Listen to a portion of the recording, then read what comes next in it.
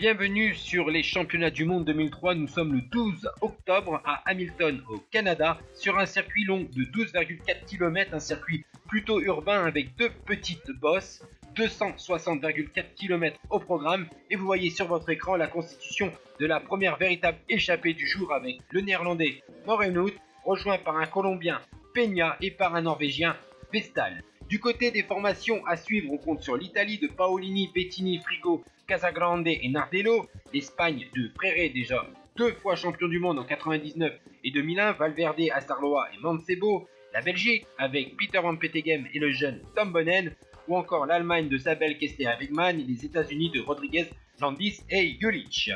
La première échappée du jour véritable, qui était à 4 puisque Cancellara avait rejoint le trio, a été reprise et ensuite un nouveau groupe s'est constitué avec Wegman, un Allemand, Morini, un Italien, Rinero pour la France, Philippe Gilbert, un jeune Belge, Trenti, Mancebo, Denbacker, Esberg, Trenti est un Américain.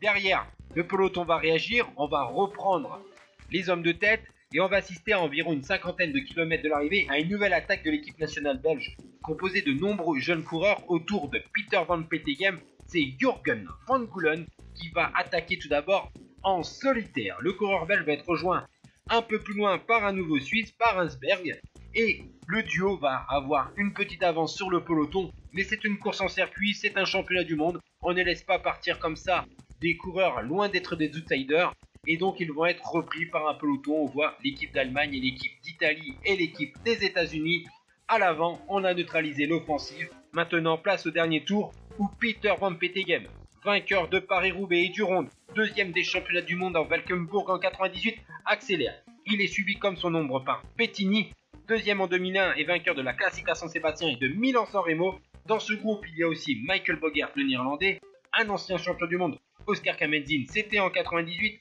un espagnol, Igor Astarloa, et Bo Hamburger, deuxième des championnats du monde en 1997. Malheureusement, au sein de ce groupe de tête, il y a deux fortes personnalités, deux forts coureurs, Bettini et Van Petegem, donc on se neutralise, et environ 3 km de l'arrivée, voyons dans une partie plutôt montante, Igor Astarloa accélère. Il part tout seul, l'Espagnol, vainqueur de la Flèche Wallonne, quatrième du Grand Prix du Hambourg et lauréat de la troisième étape du Tour de Valence. Il va résister derrière, vous voyez que Bettini et Van Petegem continuent à se surveiller et ça va bénéficier au coureur espagnol Igor Astarloa qui va résister en solitaire et en costaud dans ses derniers kilomètres urbains pour remporter le titre de champion du monde en 2003 sur le circuit d'Hamilton. Derrière, pour la deuxième place, c'est un Espagnol, Alejandro Valverde, qui prend la deuxième place devant le Belge Peter Van Petegem, et derrière encore un peloton à une dizaine de secondes. Et maintenant place au top 10 avec Astarloa, Valverde, Van Petegem, Bettini, Bogert, Hamburger, Michael Barry, Luca Paolini, Oscar Freire,